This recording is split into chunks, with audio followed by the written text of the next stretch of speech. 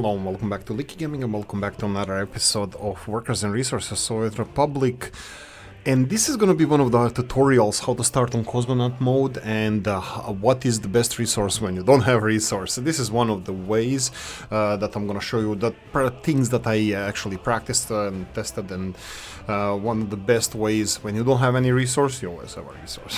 Your land is your resource. We're going to start with that. That's going to be farming. Usually my favorite map to go to map is Yeniseisk. It only has few people living there, which is not really that useful. It has extremely limited resources, and it's one of my favorite maps. It's extra large as well. So let's select Yeniseisk. We're gonna go for cosmonaut mode. Usually I'm gonna go with year of start 1960, and vehicle visibility I'm gonna go lock according to year, lock start according to year. So that's usually what I do. We're gonna go for cosmonaut mode, and I'm gonna show you how to set up your construction offices, how to set up your production, how to actually play it when you don't have any resources. So we're gonna focus on agriculture, of course. I don't think that should be surprising to anybody. Now, when starting cosmonaut mode, you have to pause the game as soon as possible. It's really important because any minute counts. Every minute counts of this game. So especially when you're starting with farming, because we are starting with seasons, and in seasons farming you can only plant in a certain amount, certain time space, and in certain time, and if you don't do it, if you don't do it, then it might cause you not to get any income in the first year, which is kind of important, you know, for the future of your country and so on. Right, so I'm gonna remove some of the existing infrastructure over here because I don't think, first of all, it's placed well, second of all, it's just random. I usually like these, but I want to organize this a little bit better. So, let's start with the placing just a mother road. It's a cosmonaut mode. I'm pretty sure most of you know what it is. It's quite difficult to start. It's challenging. It's well, it's difficult to start. We can just stick to that. I'm gonna go and build a road more or less where it usually used to go, something like this, and then we're gonna zoom out and just put it in the general direction where the previous roads were going. So that would be something like this. We can always go on FN. For Oolykee, at least on this keyboard, is FN, and then I'm gonna go and try to do a little bit of grid work. Something like this would be fine, and then we can continue doing it like this. I think it should be more or less decently straight, so that's it. Usually Oolykee would be grouping this. I'm gonna just do it this time, but by the way, heads up, this is gonna be a lot of time lapses. I'm gonna be time-lapsing this because it's gonna take a long time to do this, and I did it previously, so more or less I know how it looks like. Okay, first I will start with the setting everything up. I will set up construction offices, but I'm gonna do it off screen just not to take too much time, so see you back in a second. Right, I'm just gonna demonstrate what I've got here. We have 7 construction offices. They have the free ones. They have 4 spaces each. We're gonna go for 2 dumpers. You can write it down, but it's gonna be 2 dumpers full of dumpers, so 4 dumpers, 8 dumpers, 4 mixer trucks. We're gonna have 2 bulldozers for road construction, plus 2 flatbeds that we're gonna use for other construction. We're gonna have 2 excavators with 2 flatbeds that we're gonna use for other construction. We're gonna have the 2 cranes with one flatbed and 1 covered hull. That's gonna be for finishing constructions, and the last one is gonna be with buses. Now I did arrange this thanks to Dennis.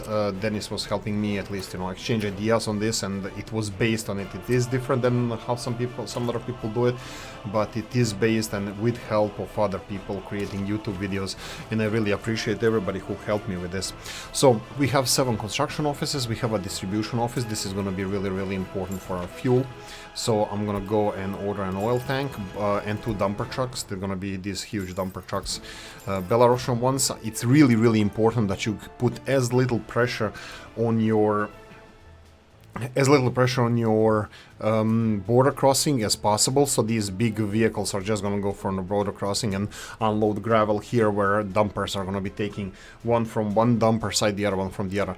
I'm gonna set up the farming area now as I see the best way. I'm gonna explain that as well, but let's set it up first. Now I'm just gonna give you a suggestion. Usually I start at the edge of the map. I create 5 fields. This is relatively important because these 5 fields are gonna be measure how your farming area is gonna look like. Usually I remove the trees in front of of the farms, because I'm gonna have to, at least on this map, because it's gonna require a lot of precision work regarding, you know, placing the roads and all, but we can do that later as well. We can actually set it up straight away. We can. By the way, one of the important things I would like to mention is that it's quite important that you leave enough space between the roads, and the construction that you do, more than 21 meter of road, so your vehicles can build it. By the way, we're not gonna have any people, any population. These 159 people that are already on the map are not really important for us, and we're not gonna focus on utilizing manpower in this start. Later on, if you want to play this, something like this, it's up to you. You can do it if you think that that would be the best thing for you. But for me, right now, I will not do it. I will go and focus on playing this game without any help from the citizens. This is just going to be exploitation of existing resources that will be farming. Right, we have all the fields. This is how I usually do it. I put two big fields here and then continue with the big fields. I try to make them just opposite each other to have access, not to segment these huge chunks of road, and give a decent space between the entrance of the field and the road itself, just because, again, if we need to upgrade it for some reason, and it looks a little bit nicer. So this is going to be the 18 field farm. We're going to build a medium farm, and you should be able to finish it quite fast. Now bear in mind that it should be close to the border crossing, so if we go to our farming area, farm, and I'm going to use this one as we do, FN and 1. Oolykee's keyboard is broken, so I have to use this weird one that I'm not used to, so sorry about that. We're gonna place a farm. Again, farm doesn't require any electricity. This map doesn't provide any electricity as well, so it's gonna be challenging for us to play this map, but that's the point. And we're gonna have a couple of fueling stations. As we mentioned before, we have one fueling station over here that's gonna be straight away serviced by our tanker trucks that we already purchased, and a couple of big trucks that we're gonna use to deliver gravel to these two dumping sites that we're gonna use for gravel support. So we can go and show you. We have the farm, that this is the only thing we require. We have our construction area, and this is what I see the best work for me. If you guys have any suggestions, please hit the comment section. Now I'm gonna do a little bit of a time lapse. I'm gonna populate this, like I said, dumpers, mixers. 4 dumpers, and 4 mixers. We're gonna have 2 excavators and 2 flatbeds, 2 bulldozers and 2 flatbeds. We're gonna have 2 cranes, 1 flatbed and 1 covered hull, and 4 microbuses. Dennis suggests that we should have bigger buses here because you can use them later for the public transport, but I'm always gonna be using these buses for construction, so I'm gonna go for small ones, and I'm gonna have to buy new buses when we need to. Now, there's a little bit of a trick. For example, I usually let them speed through this, so we can set up the fueling, and because it's going to be extreme rush hour over here as soon as we are done with this. Also, what I like to name these, so I'm going to name them as dumper, but the excavator one is going to have to be, we're going to have to remove the construction from the excavator ones, construction of roads, because you don't want your excavators to go and work on the roads. That's the job only for the bulldozers. And also your buses, they should not have auto search at all, then because you need to assign buses manually later on. But this is the tactic that Oolykee uses. For you, it's something else might work better. So we're gonna speed this up all the way. We're gonna go for border, and we're gonna go for these 2 locations. So border crossing is gonna be loading fuel. I'm gonna go tell them straight away, go and load fuel and deliver fuel to this fueling station, and then we're gonna be unloading this gravel. We're gonna be unloading gravel to these 2 locations. Usually I would put fuel to 40%. Why 40%? Because it's 20 tons capacity, and these big oil trucks, they have 13 ton capacity, so they will be getting fuel after they fall below 40%, and this will make them be able to use close to 100% capacity whenever they go and refill the station. So 40% is great, but these dump sites, they should go to 80% with these vehicles. Again, the same reason. So when they fall below 80%, they would have all the capacity they need for these 2. Now, if you go and deal with these dump sites. Let me go and rename them, and we're gonna slowly go and populate these. It's gonna be a big rush hour at the petrol station, but I'm gonna show you all of that in a second. So it begins, all the rush is on. I already populated most of the depots. You can see here that both of these guys are delivering gravel. They're gonna go and deliver first gravel to the gravel, concrete, and everything else to the construction sites. You can see that our vehicles are gonna go and park themselves in their construction offices, but they're gonna rush as well to go and refuel themselves also. I'm gonna go for the small one. We're gonna need workers selected to the border crossing. This is the only thing that we're gonna have here. If we go to buses, the smallest buses we have, the vanilla microbuses, the Polish ones, and I really like them, so I don't mind having them. Again, don't put on auto search, because I usually manually assign workers when they are needed. You can see here excavators. I removed the road construction from them. I'm going to remove footpaths and factory connections, because they are assigned to those as well automatically. And then we have the cranes. Cranes have a specific way of dealing with things. Cranes need to be delivered from the border crossing, so we need to buy cranes on the border. So we're gonna go for tower cranes. I'm gonna go for 2 of them. I'm still experimenting. Is it better maybe to have the cranes, road cranes, rather than these big ones? But for now we're gonna stick to big ones. These cranes, they need to get all the stuff from the border crossing. I don't bother myself to go and manually assign like steel bricks, prefab panels, and boards. I just select everything, because they should be getting this stuff from the border. And as well, the road construction office is also going to do the same. You can limit them as well, that they're only supposed to be carrying vehicles on the back of the trucks, so that would be one of the things that is kind of necessary. We have excavators here, that's fine. We have road cranes over here, and you can see here that we just bought 2 cranes on the border crossing that we're gonna have to set up to deliver these cranes manually. So later I'm gonna reuse the flatbed vehicle that we have over here. And of course the 4th vehicle is gonna be covered hull, which we didn't purchase.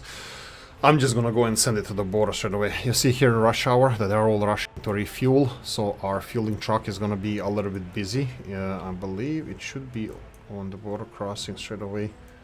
No, it's still not there. Yeah, here we go. He's going for the 2nd load of fuel, but this is gonna be enough fuel for us to fuel all the vehicles straight away, so it's gonna be productive. Construction of this already started. You can see here that concrete has been delivered, so I'm gonna do another jump cut.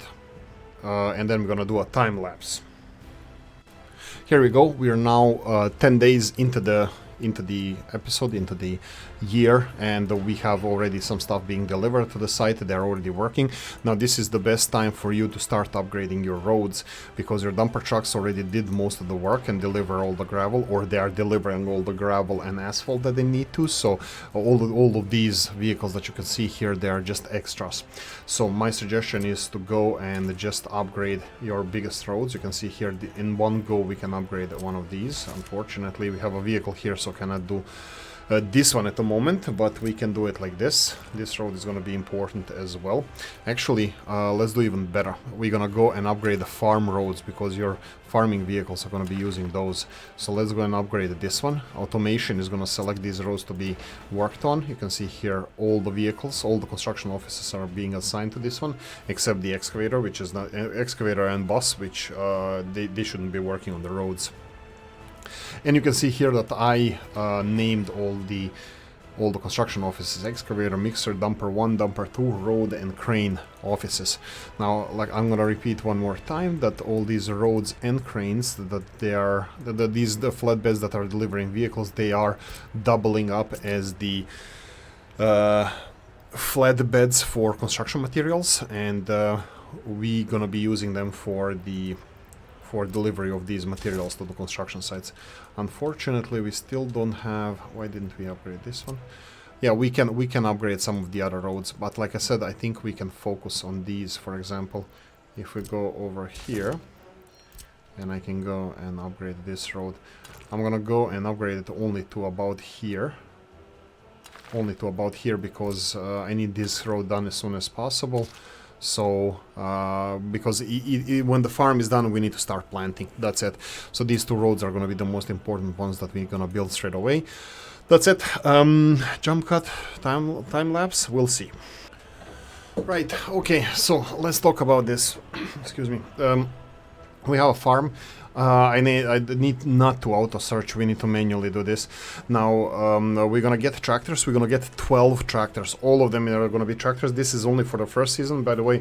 This is a setup of 2 farms. We're gonna have one working only first year, the second one is gonna be working from the second year, and both of them should be done in time for the second year. You're gonna have the most harvest.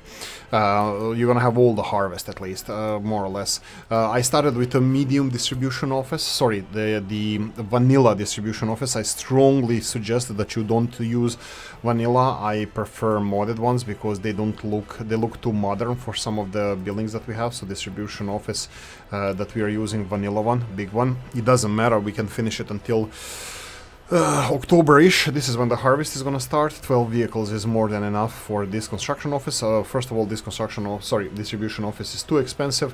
It doesn't look proper when you're starting to development. I think there's a couple of nicer ones like these ones over here with 12, maybe even 16 vehicles if you want to go for it, but 12 I think should be more than enough. So I suggest you go for smaller and cheaper distribution offices because they look more in place, and this is an overkill, but I'm gonna demonstrate that vanilla can be built in time as well. Our farm is done. I'm gonna just buy all the tractors. Like I said, we're gonna go for 12 tractors. All of them are gonna be straight away assigned. Now these roads are really not important yet, but they will be important really soon. So what I'm gonna do now is connect all the farms to the roads. We're gonna do on the other side as well, because they can start sowing. I need to sow as many fields as possible, so we have 1, 2, 3 already connected. All of these ones, bear in mind that these tractors that are now heading to this farm, they're gonna need to be refueled, so we have a little bit more time to finish the road construction, but I don't mind interrupting them in the road construction. You can see that the only thing that they are missing is going to be the last 2 fields here, but we can't even plant them anyway, so because we have 18 fields and 12 tractors coming here. After they're done planting, I will separate these tractors 6 and 6, because 6 of them are gonna go for the new farm that we're gonna construct just down the road over here. That's about it. I'm gonna do another time lapse or the jump cut, depending what I decided later about this. If it's too long, video is too long, I'm gonna do jump cuts. If not, I'm gonna use the time lapses to show you how I did things. But yeah, let's do it now and see you in a sec. Right, okay, so we upgraded even the road going to the border. When you have your own gravel, it's pretty cool. You can do that easily. Now bear in mind, if they required something from the border while it was disconnected, and they try to send the trucks there, you will lose the connection to your vehicles. For example, you can see here that the concrete mixer already wanted to go to the border and they lost all the connections. I'm pretty sure most of the vehicles, most of the construction offices did the same. I'm just gonna double check to confirm this. These ones did not, that's great. And these ones also did not. Let's see the buses. Buses also didn't require anything from the border while it was disconnected, so everything is reconnected now. They can continue working. Now we don't require anything anymore. More or less all the work is done. It's 1st of June, no more sowing. Whatever is being sown now, and that's absolutely every single field, which is great. They're gonna finish sowing, but bear in mind that I expect us to sell maybe a third of maximum capacity. Now let's talk a little bit about maximum capacity and what is your crop yield. First of all, you're going to be selling your crops straight away out, no storage anywhere. You're just going to be selling all of your crops. You can build storage later on, but this is getting money. What can we expect? So every one of these fields, when they're fully utilized, they're gonna yield 300 big fields. They're gonna yield 305 tons each. We have more or less, we have 12 big fields plus 6 medium ones. These 6 medium ones, more or less, each 3 of them can yield 305 tons as well. So around 100, let's say 300 tons. So we have 12 fields. That would be 3,000 plus 600. That would be 3,600 tons of crops plus 2 of these, that was going to be 4,200. So more or less to 4,200 tons of crops you can get from this field. I'm going to give you a couple of really good tips for this, guys, just a heads up. You won't be able to sell all of that, but when the harvest starts, please don't try to build anything, because less issues you have on the border, better for you, especially these big dumper trucks. Now you will want to upgrade some of your roads, you will want to do something, some upgrades around your farms, and you should do whatever you can, but if you put any pressure on your border crossings, it will show. It will show. You won't be able to export everything. You're gonna have queues on your border, which we're gonna demonstrate in this video. My suggestion is don't do any construction, if at all possible, while you're exporting all the crops, just to maximize your exports. Anyway, let's continue on. We'll see when the second farm is done. Second farm should not take too long to build.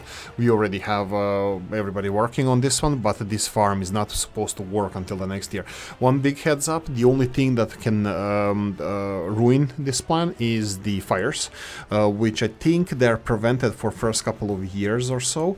So I did not have any fires testing this, and I tested this 5 to 10 times altogether, and I never had a fire. You can also build a fire department. One of the modded ones that doesn't require heating would be great, but the vanilla one requires heating. That means you're gonna have to have the whole city infrastructure and everything else around it. So let's continue on. Let's see what we can do. Let's see what we can do with current yields and current setup.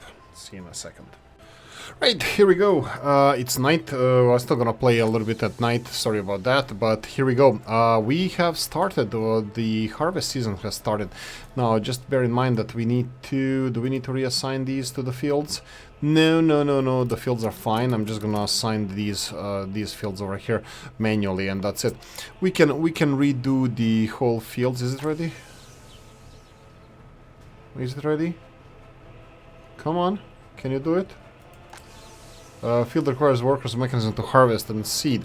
Okay, let's see here. Plant no trucks available. That is perfectly fine. We need to start harvest. And do we have any issues? Building without power supply. No trucks available. No tractors available to plant and seed. None of these things are really important for us. We just need to harvest all of this, and I'm pretty sure it should start shortly. I can speed this up a little bit and see what is happening.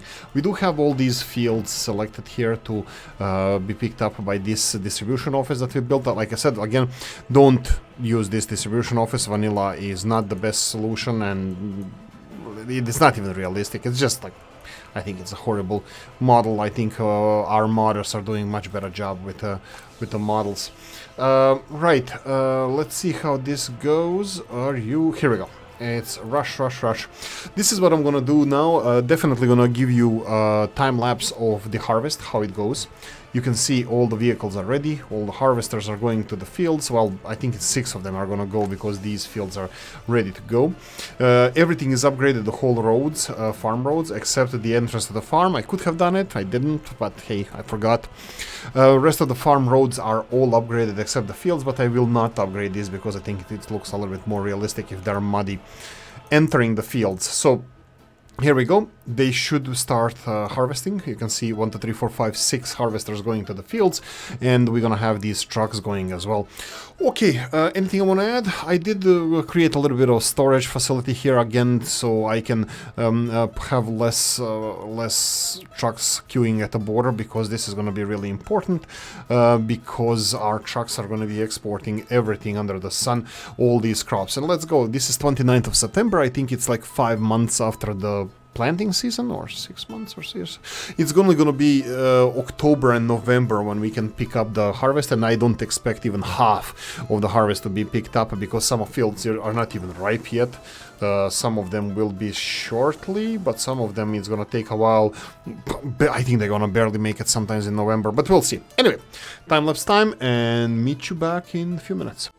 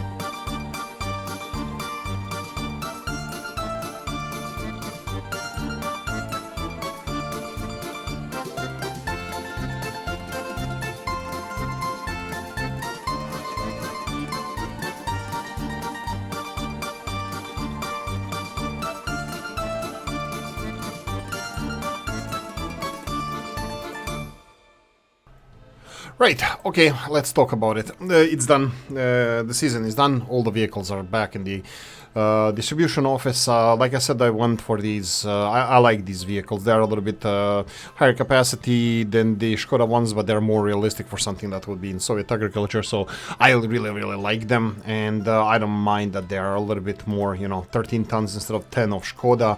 And then you have the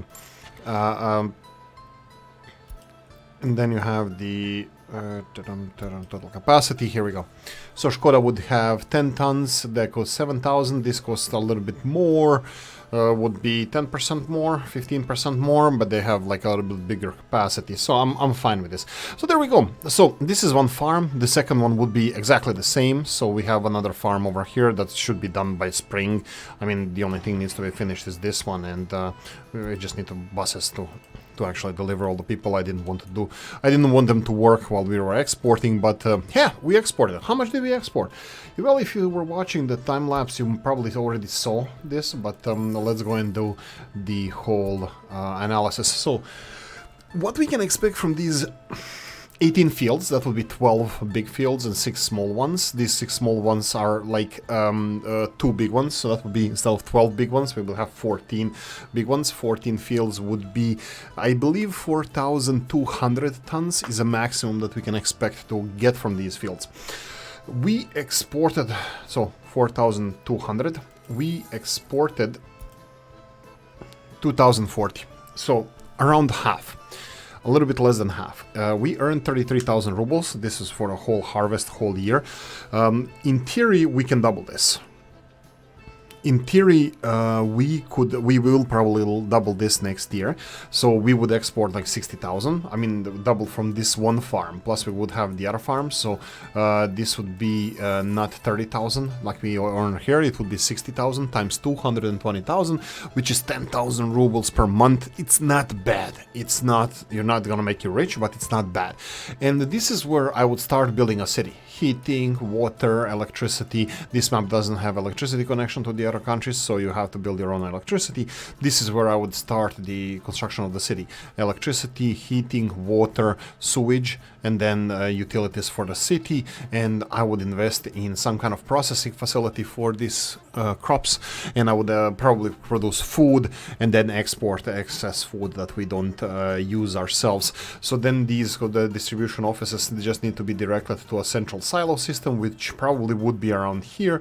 I would make like, I don't know, 7,000-8,000 tons capacity silos with probably road cargo station next to it. So we would have big silos over here and industry that will be processing these crops into something better. So that would be 8,400 tons of crops that can be turned into food or alcohol or meat, and then you can feed it to your own people, and you can export the excess for more money than the actual price of the crops that we are exporting initially. But there you go.